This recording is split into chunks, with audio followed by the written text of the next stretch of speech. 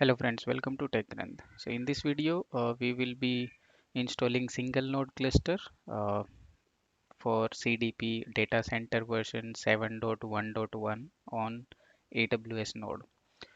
So first of this you can use as a sandbox and you can perform any uh, operations on any services. We would be including almost all of the services available on this CDP uh, cloud data platform. So the features for latest version CDP 7.1.1 are basically Cloudera Manager we would are getting same as earlier for 60 days trial without any license.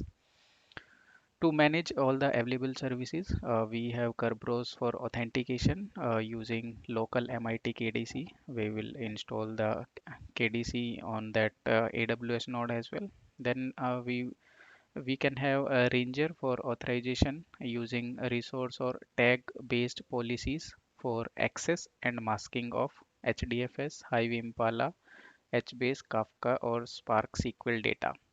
Whether we have HDFS data, we have any data warehouse or uh, columnar data or Kafka data or Spark SQL data, we can use either a resource based or tag based policies to access that data and also for masking of the data. Masking means the users which would not be authorized would not be able to see that data. Then we can have Atlas service for governance purpose where we can classify or lineage or search our data using tags usually used for classifications and attributes using the attributes on the data. Then we have Impala as well as Hive 3 for SQL access and ACID capabilities. Then we can also have use Spark with Hive warehouse connected for running secure Spark SQL queries.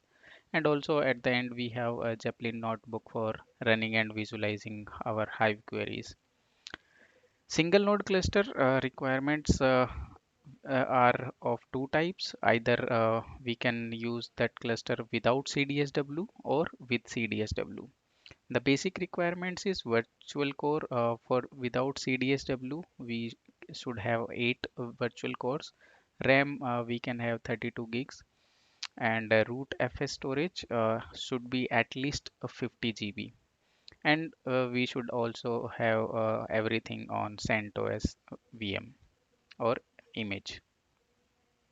With CDSW, all these requirements just become double, where virtual cores will become 16, RAM will be 64 gigs, and rootfs will be storage will be 100 GB. With the same CentOS 7 image, as CDP only supports a CentOS or RHEL 7 OS as of now. But with for the environment with the CDSW, we also need a Docker device disk which should have at least 200 GB SSD disk, or we can have node disk with 3000 IOPS, which would be around 1 TB disk. So what will be the steps to install that? We would be having just 4 steps here. Before that, we would create a instance on AWS. Then we install Git to clone the scripts. Then we have these 3 scripts to set up KDC, which I already told, and one is for set up the whole cluster, a single node CDP cluster, and here we have one example use case of cloud provided by Cloudera. We can use that, and we would set up then demo with some data. So let's see. Let's go to AWS and create our instance. So we are here at our AWS management console. Okay, the home page of AWS management console where we have logged in with our account TechGrunth, and the location is right now Ohio, but the image which is stored that is in North California, so we will select this one.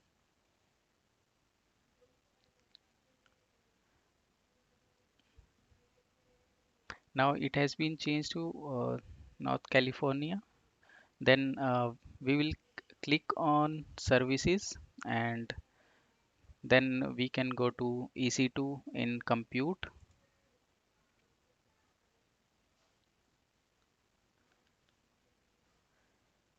Now from here we can create a new compute instance. So let me just click on, you may go from here as well, or you can click on here instances. Here you can click on launch instance.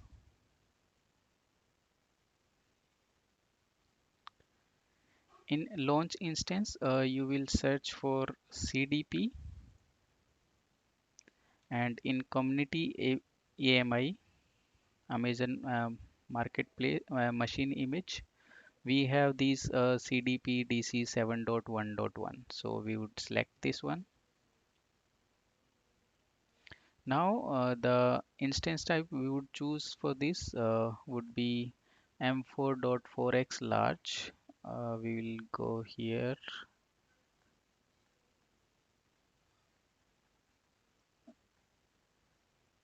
Here you can see M4 dot this one for 16 core, as we would be going for full installation with CDSW, and 64 gigs of RAM will be having.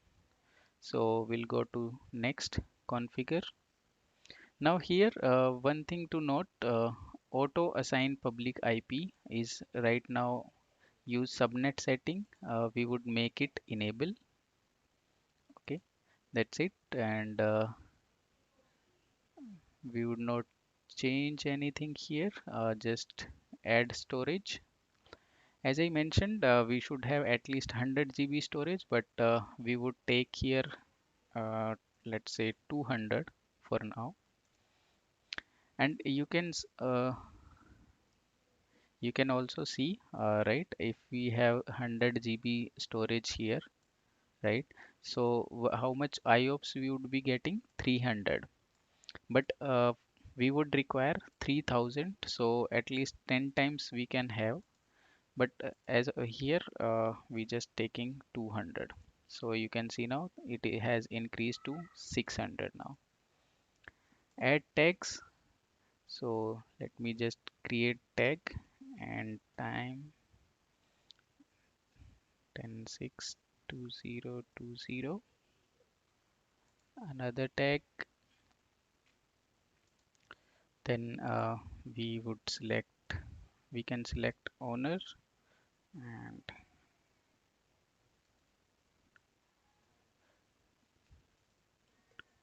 tag run,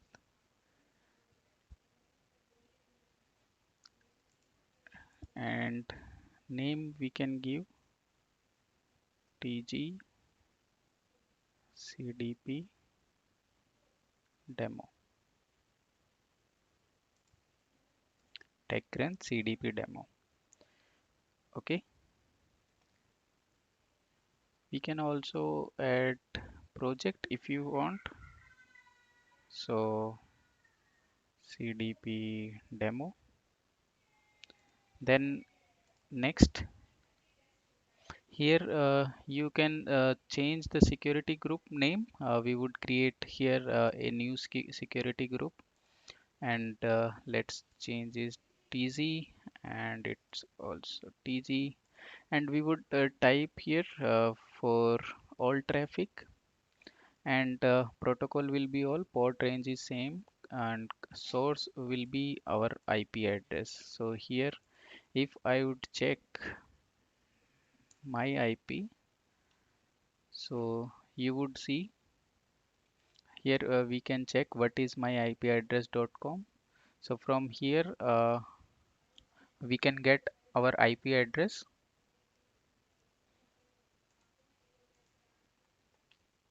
So you will get like this.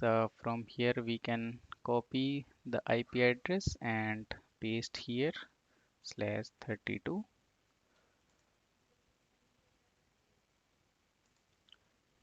That's it. Now click on review and launch.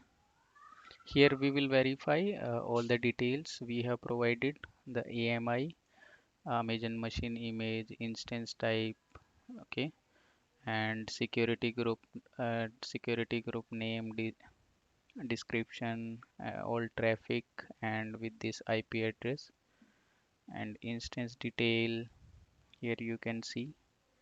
If you want storage, you can see here we have taken 200 gigs, and for tags you can see here. Okay, now we will click on launch, and we will create a new existing pair because we do not have any. Create a new key pair, and key pair name we would give TechGranth, and then download key pair. We have downloaded TechGranth.pem here, and now click on launch instances. So let's okay, so our instance is now launching, and if I click on this one, you can see it bring us on the instance page here. If we'll, you can see this is EC2 dashboard, and from here you can see all the details here running, instance, private IP, public IP, and everything from here you can see.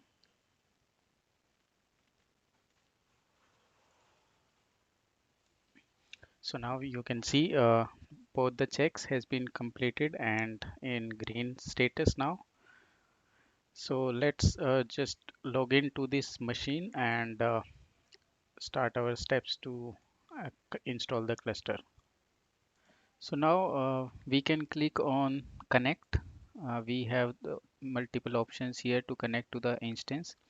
So one is standalone SSH client. Right now you can download, or we have already downloaded the techgrant.pem, right? Our key pair value, key pair file, and we can change its permission to 400 to not make it publicly viewable.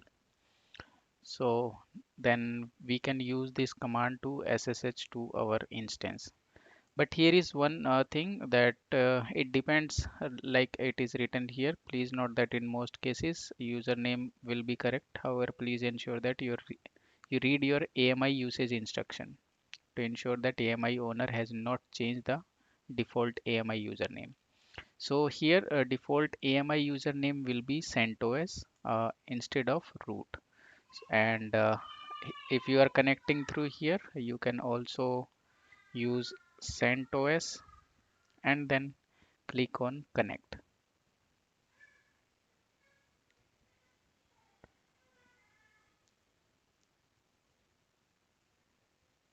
So let's see if we would be able to connect to this instance here.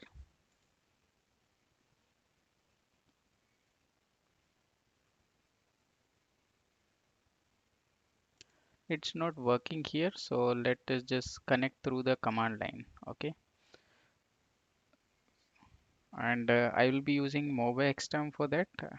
Here I am having MobaXterm. I will start a local session here, and if I'll check here will in within the SSH folder, you can see I have copied this file here, and with the permission you can see 400.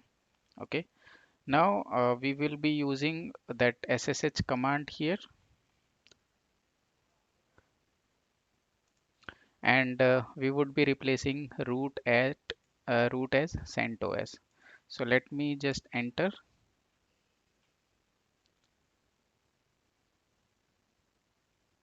and here you can see we are logged into the host.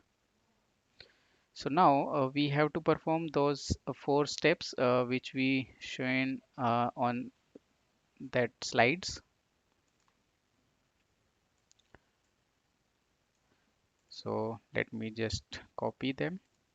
So first one is install git, and for that we need to be root sudo su, and now we would install git here. Okay, yum install -y git. So that is already installed and latest version. So let's just clear this and copy the next command.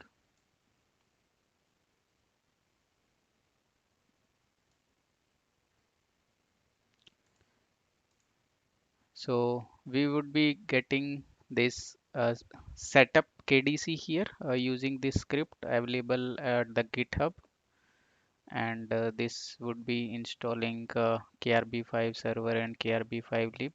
All are already there. So I think let me just check.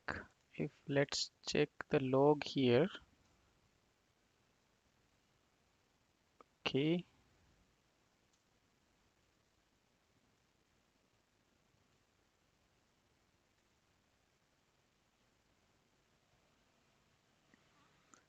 okay, we do not have anything. Okay, let me, if I'll check this one.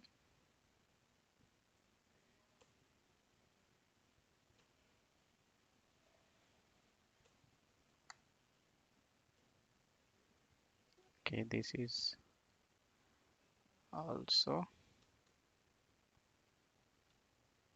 okay. As we are already using that image, right? CDP 7.1.1, we need not to do anything here. We can just go to the browser and open open the new with that IP address, public IP address, which we assign to our instance, AWS instance, and 7180 port. Press enter, and it will bring us to the Cloudera manager. Here we would be login with admin, and admin, press enter or click on sign in.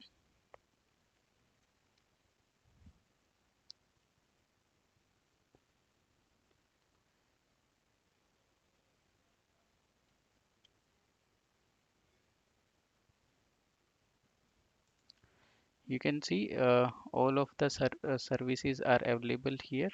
We can rename this one.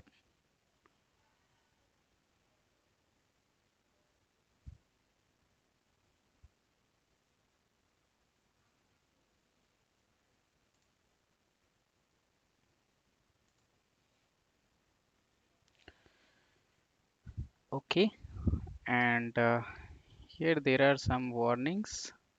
We can see Cloudera management. Let's check. Okay, Java heap size of service monitor. Okay, we can just suppress this.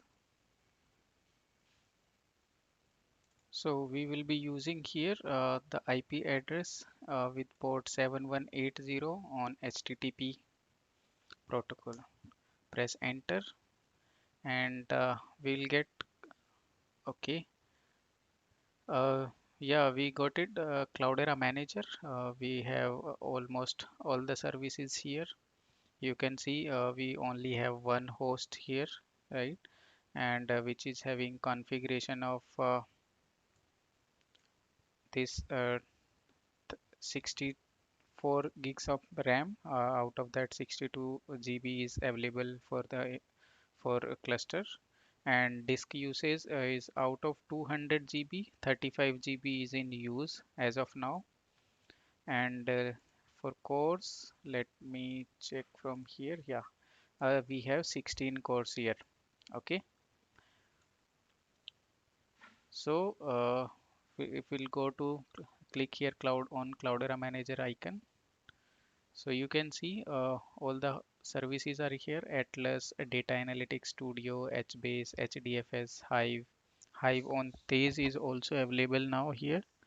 Then we have Hue, Impala, Kafka, Kudu, Livy, and we also having Uzi and Ozone as well on the cluster.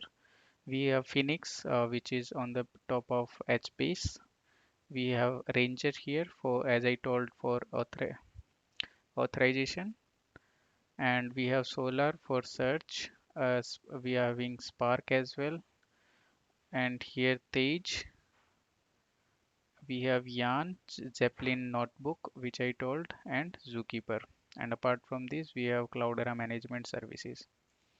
So I have logged in here using my username, which is TechGrunth here. I am using. So you can see all these charts as well here. And if I would show, if I'll click on this Atlas, it will bring us here on its home page, right? Where we can see its charts and health. We can see on instances. Okay, we are having only one instance, and from here we can go to Atlas Web UI. So if I'll click on this, will be here, which will open on 31,000 port. Okay, we have search facility here, classification, we have glossary. So we can use all these where we have some glossary already defined here. For automotive we have, for finance and insurance we are also having. Okay, so we can also uh, it switch it down to category wise, where we have automotive, finance and insurance. As of now, we will use all these in our future videos in more detail. And if I'll go back, so if I'll go back, let me just give you some of the overview about web UI for some services. Let me click on Cloudera Manager, and here let's see on Data Analytics Studio, do we have web UI? Yes, we have web UI for this. I'll click on this. We are getting error as of now. This error, we will look into this and we'll show you later in some other videos. So let's go back. Let's see some other one. Atlas we have seen for, okay. Now let's see Ozone. So it is using Recon Web UI. If I'll click on this, it will open here, Ozone Recon. Here you can see we have only three options: overview, data nodes and pipelines. In overview, you can see number of data nodes we are having in our cluster, and number of pipelines, how much capacity Ozone we have assigned to Ozone, and how much is used. Okay, so here you can see Ozone used is just 4 KB and non-Ozone used is 34, almost 35 GB, and remaining is 165 GB. So we are not having any containers, key, buckets or volumes as of now. We will see them later. If I'll click on data node, it will give some information about the data node health and host name, storage capacity. Here you can see the in more detail. You can see Ozone used, Ozone non-used, and out of which capacity. Last heartbeat and pipeline, which pipeline it is using, right? Now, if we want to see this pipeline, we can see replication types, okay, and replication factor. So it is called Redis. So if I'll click on this, you can see the pipeline ID, replication type and factor is Redis, is factor 1. It is mentioned here as well. Status is open, no container, data node name, leader is the same. Here in Ozone, we'll also have one Ozone manager, which will work as leader, and others will be data nodes. Last leader election, as we have only one node, so it would not require any leader election, and number of election is also 0.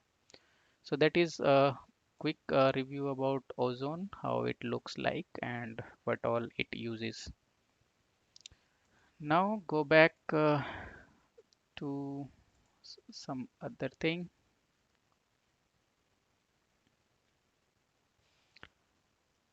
Now let's check on Ranger.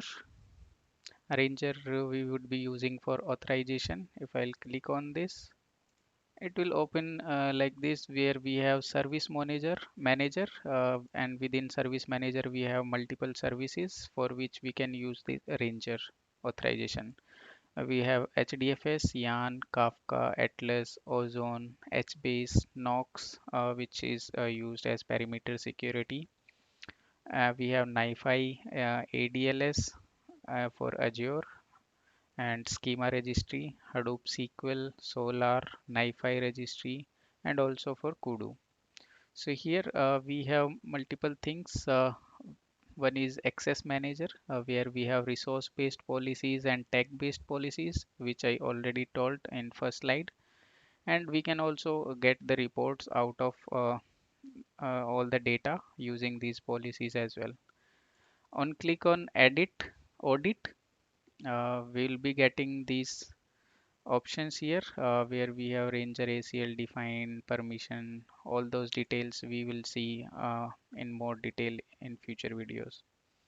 We have admin tab here, where we can see all the service policy operation, what operation was performed earlier. We have login session details. Right here, you can see admin, login ID, Kafka, Kudu, Ranger user sync, and these, right? Then we have plugins for all those services. We have plugins here like Hadoop SQL, Atlas, HBase, HDFS, Kudu, all these.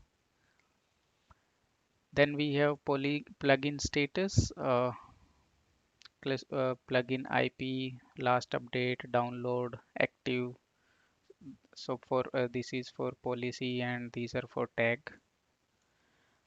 Then we have user sync, which users we have, how they are in sync, number of new users and number of modify users or groups. We can see event time when that performed. So all those we can see here. Okay, so that was about the audit. Then in security zone, we can create multiple security zones here, and we will define those in future videos. Then we have settings.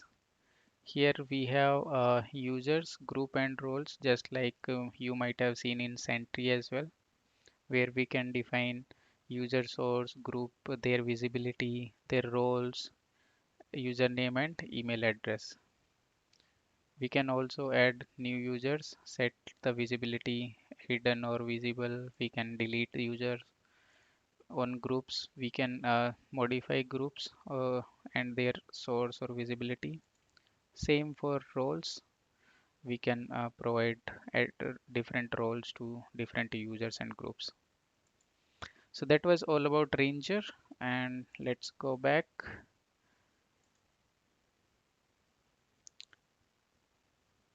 Now what else? Okay, Zeppelin, yeah. Zeppelin notebook, we'll click on Zeppelin here, and on Zeppelin server web. So you can see Zeppelin here. Welcome to Zeppelin, which is a web-based notebook that enables interactive data analytics, and we can make beautiful data-driven, interactive or collaborative document with SQL code or any with even any more. So we are having here mailing list, issue tracking, GitHub, some option. We would able to log in here. Let me check. So let's log in here with one of our user. etl underscore user and with password. So once we have logged in, we can see some of the notebooks available here. Apache Spark in 5 minutes, Credit Fraud Detection ML R with Spark R, Zeppelin tutorials. Those, if we'll click on this, and it will ask for interpreter binding. We will not doing anything, just save it. And so we would be having some documents here. Okay, so like we will explore this in future in more detail. So that was about this Apache, this Zeppelin notebook. We have interpreter, notebook repos, credential, Helium, and configuration. Just log out and come back. Then